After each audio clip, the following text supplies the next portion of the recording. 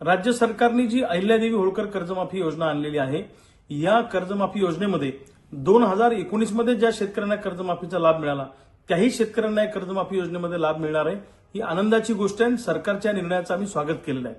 परंतु रेग्युलर कर्ज भरणाऱ्या शेतकऱ्यांवर या कर्जमाफी योजनेमध्ये प्रचंड मोठा अन्याय झालेला आहे। जे शेतकरी रेग्युलर कर्ज भरतात ते शेतकरी कर्ज भरण्यासाठी पै पाहुण्याकडून किंवा सावकाराकडून व्याजाने पैसे आणत असतात आणि ते कर्ज भरत असतात। त्यामुळे रेग्युलर कर्ज भरणाऱ्यांचा हा गुन्हा आहे का रेग्युलर कर्ज भरणं।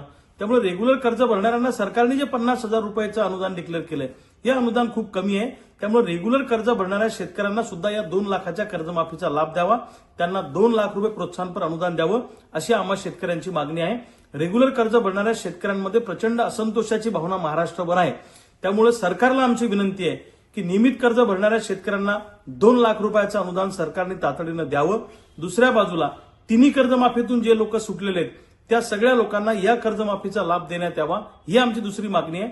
आणि कागदपत्रांच्या चुकीमुळे, तांत्रिक त्रुटीमुळे जे शेतकरी कर्जमाफीपासून वंचित राहिले त्यांनाही या कर्जमाफीमध्ये लाभ देण्यात यावा। या 3 मागण्या सरकारला आमच्या आहेत।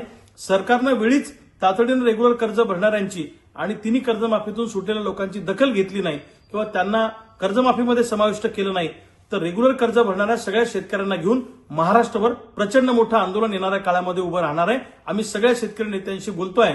सरकारला जर का या आंदोलनाला सामोरं जायचं नसेल किंवा शेतकऱ्यांच्या असंतोषाला सामोरं जायचं नसेल तर तातडीनं रेग्युलर कर्ज भरणाऱ्या शेतकऱ्यांचा विचार करावा आणि कर्जमाफी योजनेतल्या पुन्हा 2 अटी काढून त्यांना 2 लाख रुपयाचा लाभ द्यावा अशी सरकारकडे आमची मागणी आहे।